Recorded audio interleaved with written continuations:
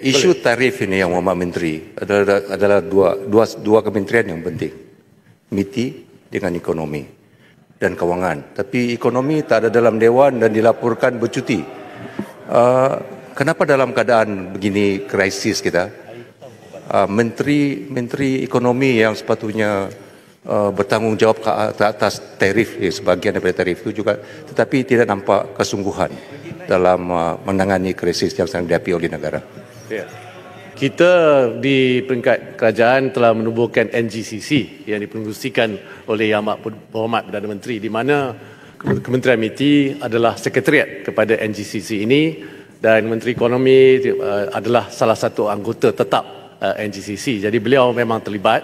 Begitu juga dengan Menteri Kewangan kedua dan semua agensi yang berkaitan, termasuklah juga kementerian-kementerian lain yang ada urusan lah. Tetapi pada masa sama dari segi pelaksanaan, ia melibatkan ahli-ahli jemaah menteri dan semua perbincangan di NGCC pada masa ini juga diberikan tumpuan oleh jemaah menteri kita, dan kelulusan terakhir adalah melalui kabinet lah, melalui jemaah menteri.